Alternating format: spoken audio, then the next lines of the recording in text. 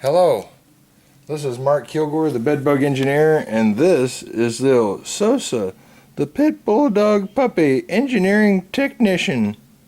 Yes, he is. Oh, he looks so smart. So, we've got a question. What's the question people have been asking us, Sosa?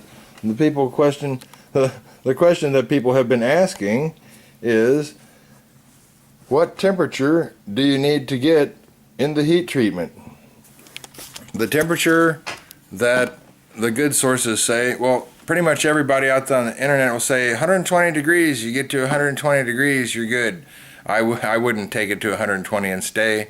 The better to best sources that you find on the internet will tell you that the bed bug eggs are the ones that are the most heat resistant, and that if you can get up to 125 degrees, then those guys will also die.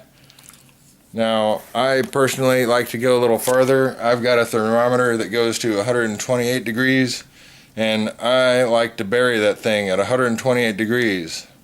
I like to leave it there for I like to leave it at 128 degrees or more for at least 30 minutes.